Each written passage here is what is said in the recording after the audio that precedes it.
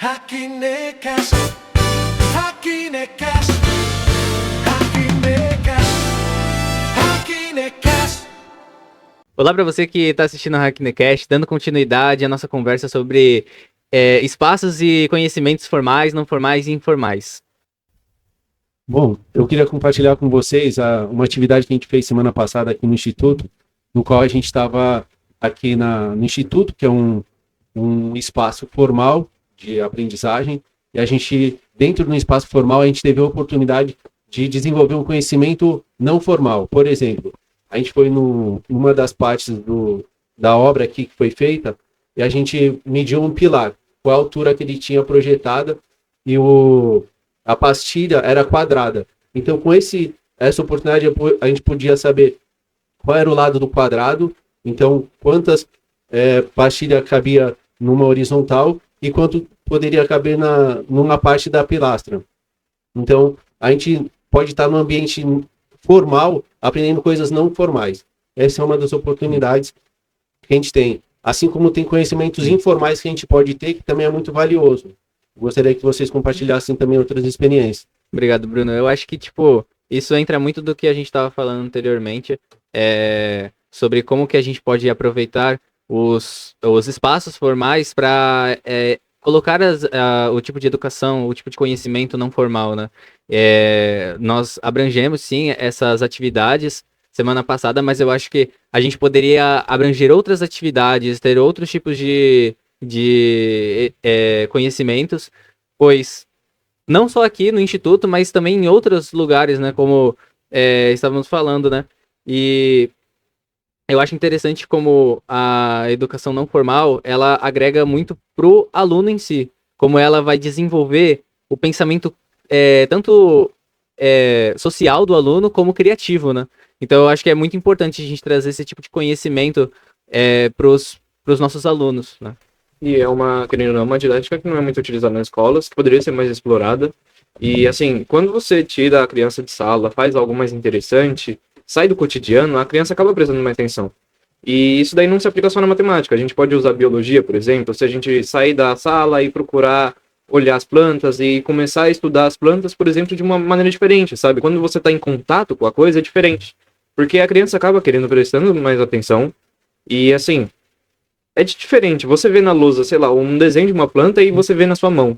Você entende melhor sobre o assunto. Uhum. E a criança, principalmente hoje em dia, que tem informação toda hora, por exemplo, TikTok, Instagram, é muito conteúdo.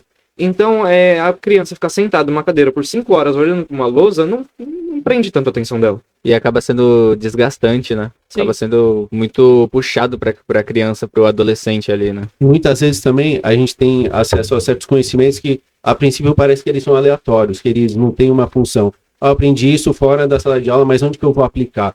A gente sabe que, muitas vezes, tem até o exemplo do Steve Jobs, ele fala quando ele estava na faculdade, ele foi fazer umas aulas de design, que não tinha nada a ver com o curso que ele fazia, mas lá na frente ele teve uma epifania, e que foi a união dos pontos que ele vinha estudando, que pôde fazer os aparelhos da Apple com um design diferenciado, com mais robustez, com mais refinado, devido aos conhecimentos que ele fez, informais ou não formais. Ou seja, o conhecimento formal é válido? Ele é muito reconhecido, mas a gente também tem que dar valor a outros tipos de conhecimento que não te dão um certificado, não te dão vamos dizer assim, uma confirmação que você realmente fez aquilo. Então, muitos conhecimentos, eles podem ser agregados e chega um momento que eles fazem sentido também.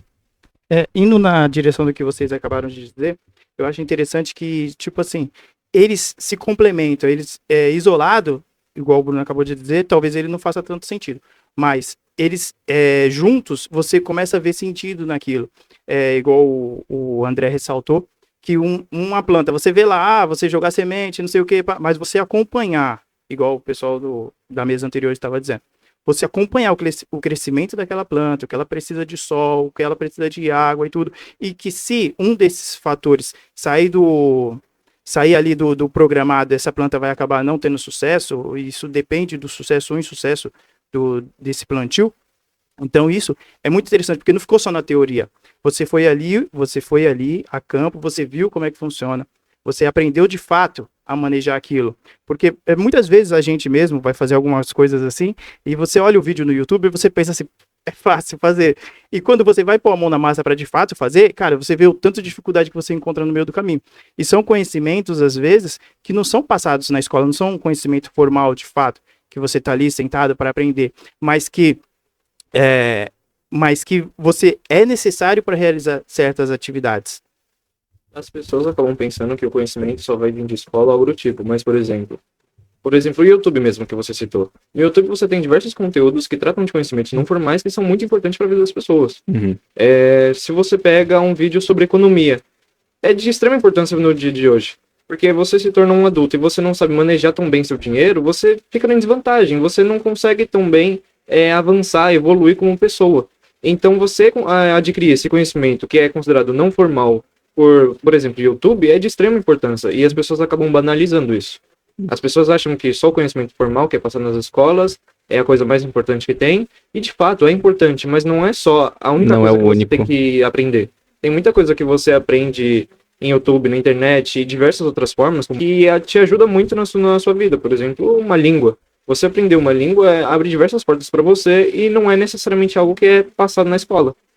Exatamente, como o André falou aqui, o Robson também, a gente vê que, por exemplo, um conhecimento que a gente tem, por exemplo, que passa de pai para filho, às vezes com um exemplo, às vezes com uma conversa informal, aquele conhecimento ele pode servir para a gente e nos guiar, às vezes, até muito melhor do que um conhecimento formal.